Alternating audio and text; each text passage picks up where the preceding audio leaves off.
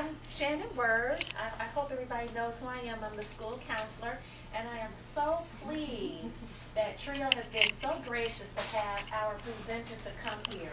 We have Ms. Debra Mitchell, who is an award-winning author, an entrepreneur, and a very well-known, actually, can you wait for a moment? Sure. Okay, I'm sorry. And a well-known motivational speaker. She speaks at various universities and colleges. I had the privilege of seeing her at Olive Harvey, and it was wonderful. So we are pleased to have her here to talk about divas with standards. Yes. So she has a website. She has merchandise right here. I love my shirt. I got my niece's one, Princess with Standards. So when the presentation is over, please see her books and her merchandise. So let's all give her a round of applause for Ms. Debra Mitchell. Thank you, everyone. Thank you for coming out this afternoon. I'm really passionate about helping ladies when it comes to relationships, but one question I have for everyone is, have you ever been in a bad relationship? Can I just see a show of hands? Ladies, he's not your boo, he's your boo-boo. What I mean by that is you're dating somebody that's really below standards. So I want you today to learn how to cut your losses, get out and stay out if you see something that's not good for you. So it seems like we have no problem with dating people that's not good for us, but I'm teaching you how to date people that are right for you.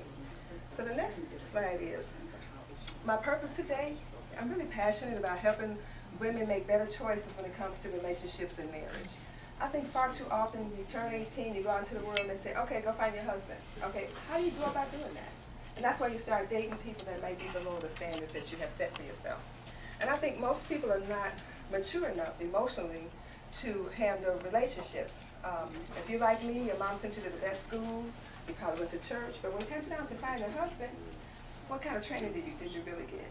Especially if you grew up in a broken home or, a person where your parents weren't married or there's a lot of drama. You don't really want that for your family. But how do you pattern that for the next generation? Okay, since you're students here at Prarie State, I have a good question for you. Are you ready to be in a relationship? How about you? Are you ready to be in a relationship? Well, what I have done is collect me, because I haven't. Well, I am in a relationship for 13 years. Okay. But I had to find me, with kids, just being focused, more so less on myself well-being, because if I am not focused, I can't help nobody else. Right. And if you're not really whole yourself, you're really not in a position to be in a relationship. So you said right now you're focusing on you, which is I came back to school. I graduated a long time ago in 1994 from high school. Okay. I wasn't ready for none of this. Okay. But I had to, figure out what Vanetta needed to have. So that goes back to the previous slide. When you turn 18, it's okay, go ahead and find your husband. You weren't ready for that. So it really takes some training and practice, and that's what we're going to do today. So I'm glad that you shared that with us. So the other question is, do you have time to invest in a relationship? If you're a student, some of you probably are working part-time and maybe going to school part-time or doing a little bit of both, do you really have time to be in a relationship? That's a good question, right? Because if you don't put anything into a relationship, guess what? You're not going to get anything out of the relationship. So it's just like anything else you put your mind to. If you go to class, you got to study, take tests, so you can get the grades that you want. If not, you're going to fail the course. So it's just like being in a relationship. If you don't have time to be in a relationship, then it's probably going to fail. But right now, take time to get to know and love yourself. This is a great time, which I call my me time. When you're a student, you're focusing on me, my future, my relationships or my profession is what I'm looking for right now. Maybe not so much get into a relationship, but get into a profession, and that's why you're in school right now. And this is a very important point, ladies. We are whole with or without a man. Okay, I want you to say that again and think about that. You're whole with or without a man. You don't have to just get with the first man that says hello or hey baby or you're cute. You want to get with somebody who's really a potential soulmate. I always say you want to date to mate. You want to date somebody that could be a possible match or a mate. Come on in. Looking for love. Where are you going to find your soulmate? Are you going to the clubs or the local bar? Where do you guys go? Hi, welcome. Okay, Okay, so where do you go to look for love? Where do you guys go if you're really trying to find somebody that might be a match for you? Where would you go to look for a potential match? I actually just got out of a relationship, so I don't You just go, got out of a relationship? Yeah, Okay. I'm not looking for anybody, but I would never go looking for it at a local bar or a club. Okay. Because I feel like those are just the people that like living the single life and Mhm. that are just living for the moment. They're not really thinking long term, like Right. where do I see myself in a couple years. Exactly. So again, that's below standards. Come on in. But a happy hour place, Or the an happy after hour. work place. Happy hour, after work. After work is good because they're after work, right? Mhm. They got jobs, they got professions, they got lives. So I really like that one. As far as if I'm going to go somewhere, I like to go to the after work where there's a bunch of professionals. So that may be a good fit. But going to the clubs or local bar, no. Dating married men or men that live with their girlfriends. What do you guys think about that? It's a no-go. That's a no-go. Yeah. Okay. I like how she said that's a no-go. Dating married men or men who live with their girlfriends, that's a no-go. That's going nowhere. Don't even tie yourself up to that. Living your life using your skills, talents, and abilities. This is what you should be looking for. Do the things that interest you. If you like, for example, I don't know, photography, then, go to a photography club, find somebody who does that. If you like sports, then join some sports clubs. If you're in a profession, most professions have associations that are affiliated with them. Women with their own interests are very attractive. This is how you attract someone, because you're being yourself. You're not going to change for someone else. And then you can find things that you have in common. That's why you see 2 teachers married, or 2 physicians, or 2 attorneys, because they have things in common. This is how you're really looking for a match for you. So that's really how you should looking for somebody who's like you. Now here's some common pitfalls, and if you've done this, you don't have to raise your hand because I don't want to draw attention to you. But this is something that a lot of women make a fatal mistake: making yourselves available from the start. By that I mean you got a new boyfriend, and say for instance, what's your name, honey? Idy. So say every Saturday, Idy and all us hang out every Saturday. Just girls. We go get our nails done, whatever. That's what girls do. But then you get a new boyfriend. He says, well, you can't do that no more. So every Saturday, you got to be with me only. And they'll do it. Instead of saying, I'm sorry, I have plans on Saturday. We can get together on Friday or Sunday. But this is what I've been doing my whole life. But girls will do it. Or they won't let the phone ring but one time. They won't let it go to voicemail. They just stand by that phone. As soon as he calls, you grabbing the phone, you stopping all your plans, like you have nothing else going on in your life. Common pitfall. So what do you think a man does when he has a relationship like that? Take advantage. Takes advantage of you because you've dropped everything. You made yourself too available right from the start. You don't even have a chance to get to know each other because it's his way or the highway. If he wants to go out to eat, then you want to go out to eat. You want to go out to the show, whatever. He makes all the decisions. So you've given away all your power right from the start. Changing yourself or your schedule to accommodate him. Cancel anything you have planned because now he's in the picture. So how do you think your girlfriends are going to feel, or your family? Because now you isolate yourself. See, that's what you call control. Yes, ma'am. Rejected. They gonna talk bad about me. Say it again. They gonna talk so bad about me. They'll talk about you bad, okay? but the opposite should happen. If you meet a significant other and you want him to meet your family, he should come to family and meet the family so they can check him out because they know you better than he does, and they want the best for you. So bring him around. Let your mom look at him, your grandma, auntie. I'm sure everybody has a nosy cousin. Let her ask him all these questions and see, let him interrogate him a little bit to see what's going on. I have an auntie Barbara, actually it's my husband's auntie. That's who I ask all the questions when I was single. Go ask her because she can tell me everything about them. Giving up your dreams while allowing your man to realize his. This is a common mistake, and I hope it doesn't happen since you guys are all in college now. All of you are in college because you want to pursue a career. You have a passion, right? If you dropped out and let him pursue his passion, then you don't realize your dreams. This really happens a lot when people want to be attorneys or physicians. They'll drop out of college and let the other one go get his degree. And he'll say, well, let me go ahead and get my medical degree, and I'll come back, and then you can get your degree. You know what happens? He never go back. He doesn't come back for you. He marries somebody in medical school. Remember I told you how 2 people are matched together? So you get kicked to the curb. Well, he want to go to law school. Well, then, while he's in school, he's going to be a law student. And the 2 of them going to set a practice somewhere, and you're going to get left behind. So the correct way to handle this is, if you both want to go to law school, then both go to law school. Just go get your student loans and get through it together. My husband and I met him in college, and he wanted to get his master's in health administration, and I wanted to get my MBA. We both did that. So we didn't stop. So he got his degree, and I got my degree. So you can do it that way. Any questions so far? If you have questions, you can just raise your hand. You don't have to wait till the end. Okay. Identified abusive relationships. I want to talk about that because abuse comes in several forms, and I think most people can understand maybe one or two, maybe like physical abuse. But I want you to understand any type of abuse is unhealthy. Any type.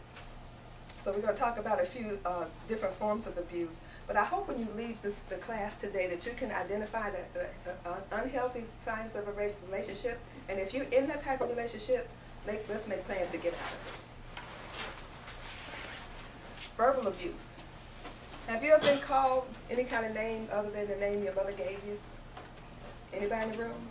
Been called a name? Okay, then that's abuse. Tell me, why does this hurt you, and how does it hurt you? Yes, ma'am. Well, I'm sorry. First of all, that's not my name. Right. And I shouldn't be classified other than who I am. Exactly. You know, I'm sure you guys have probably seen one of Tyler Perry's movies. I can't remember which one, but he says it's not what they call you, it's what you answer to.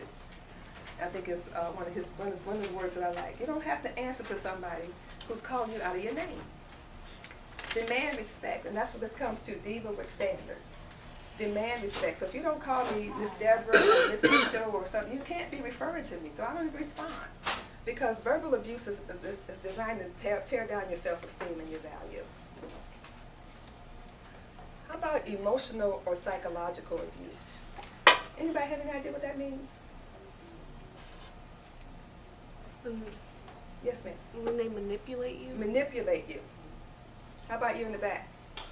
Oh, I was just gonna say my dad called it Psych 101. Okay. Mind game. A mind game, Psych 101. Does he lie all the time?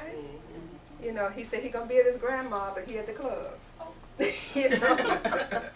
Are you isolated from your family and friends? That's the Psych 101. He wants you all to himself because now he can control you and manipulate you. But everybody here is over 18. You can make your own decisions. If you want to go somewhere, you're free to go. This is a free country. Why and how does that hurt you? How does that hurt you when somebody's emotionally or psychologically abusive? How about you in the back? How does that hurt you? What do you think? Yes. Yes, it makes you think something's wrong with you. You know, am I the crazy one? And you know that you know right from wrong. Okay, so that's how it's a manipulation. Physical abuse. This is one everybody, I think, understands. If you ever been beat down, have been pushed, shoved, head-butted, all those are abuse. And what do you guys think about the word play fighting? There ain't no such thing as play fighting. You You get say, oh, hit, please. you get hit. You get hit, you get hit. There's no such thing as play fighting. Okay, so if you're involved in that, then stop doing that as of today because he's bigger, he's stronger, and he could actually hurt you. Okay, so don't play a fight with a grown man. That's not going to end good. And we know how that hurts you. You might have with a broken bone or hospitalized. So this is very serious. Economic or financial abuse. I don't know if you've ever heard this before. But if a man refuses to support his family, that's abusive. Okay? If a man refuses to even support himself, you should not be attracted to that. That's why you're in school now, right? So we can be equally yoked. You guys have heard that. You're looking for somebody that's a possible soulmate or a match from heaven, right? So does a man say he's not the type to work 9 to 5? Well, how are the bills supposed to get paid? Somebody has to be practical to pay the bills. Does he say he has a complicated occupation? You all know what that means. So anything that he obtains, you know, in that kind of world is going to be seized, and then you may wind up going to jail too. Are you choosing to support a grown man? Nope. I mean, if he needs support, then he's not grown. He's not grown, and then you shouldn't be with him, right? Nope. That's below standards, Yeah. right? That's what I want you to think about. If you get with a man who has no source of income and not trying to do anything about it, like you guys, I'm sure some of you probably have part-time jobs while you're in school to support yourself. This is what you're looking for, but there's a lot of men out here that look for women to support them, and they're okay with it. They take their car, they take the income since it comes in. I see you smile. You have an example of something back there? My grandfather. Your grandfather. Okay, so your grandmother supported your grandfather? Yeah. See? Oh, wow. What do you think about that? She's not showing me a good example. She No. didn't show you a good example. Exactly. Because you know what? We're role models, whether we like it or not. And as mothers, are anyone here mothers besides me? Okay, we got a few. Okay, if you're a mother, you are your child's first and best teacher. Okay? Your grandmother was one of your role models, you know, being your grandmother. So she didn't really set a good example for you if she was okay with that and you're not okay with it. It's really not the way it should go. A man is the head of the household. He's supposed to support his family, and that's supposed to the way it's supposed to be. My husband has had 2 jobs for 17 years to make sure the family is taken care of. That's the kind of man that I want in my life. So therefore, if I decide I don't want to work, the bills still got to be paid. But he's the man. He can't just walk off a job like I can. You know, as the girls, you know, women, we can kind of do that. But you have to ask yourself, if the man is not supporting his family, that's abuse. Because there's no income. So now you guys are living below the poverty level. But you guys are college students. So you have plans for your future. That's why you're here today. So you won't be trying to pick the bottom of the barrel, as my dad would say. You'll be aiming high. And that's what you should do. So that's a serious type of form of abuse, because some women don't realize that it's very abusive if the man's not supporting his family. Okay, and I have a question right here. Why do you think the woman takes the man's name when the couple marries? Anybody? Yes, ma'am. Security? Well, security, but also because he's supposed to take care of the family. Yeah, he's supposed to take it. Right. That's why you are Mrs. whatever, as opposed to him being Mr. whatever your name is. Okay? So remember that. That's the reason why he takes it on the wife. A man takes on a wife so he can support and provide for his family.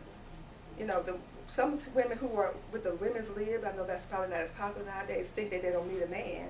Well, your children need fathers. So understand that. And we need a companion. I don't want to even think about trying to be a single mom. That would be got to be very, very hard. You need your helpmate. Sexual abuse. Okay, if you're required to participate in unsafe or degraded sexual activities, that's abusive. No means no. This is your body. This is your temple. You are in control of it. Okay, so if a man tells you, I'm not going to buy you this unless you have sex with me, cut it. That's another boo-boo. Okay, so you don't even have to negotiate that. Just say, you know what, I got a headache, and then don't call him back no more, because that's abusive. Remember, this is your body, and you're in control of it at all times. And I know you know how that hurts you, because again, it's making you feel like you're degrading yourself, belittling yourself. Okay. Healthy relationships, long-lasting, someone you want in your life for the long haul.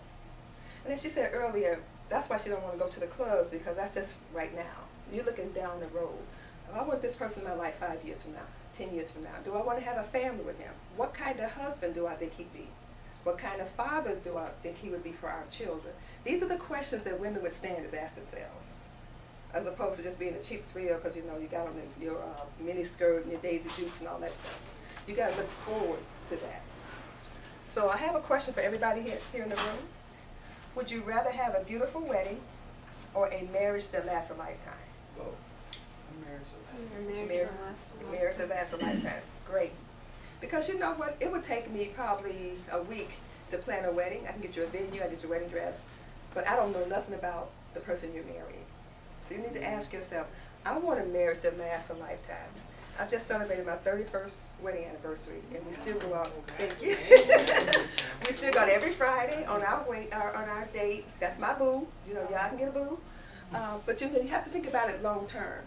So ask yourself this question, because I know everybody wants to get married. I'm sure a lot of your friends have gotten married, but a lot of them are probably divorced. A lot of my friends got married right out of college, got divorced right away, because they didn't look down the road and see what type of man they were going to get with. So ask yourself this question: a beautiful wedding or a marriage that lasts a lifetime?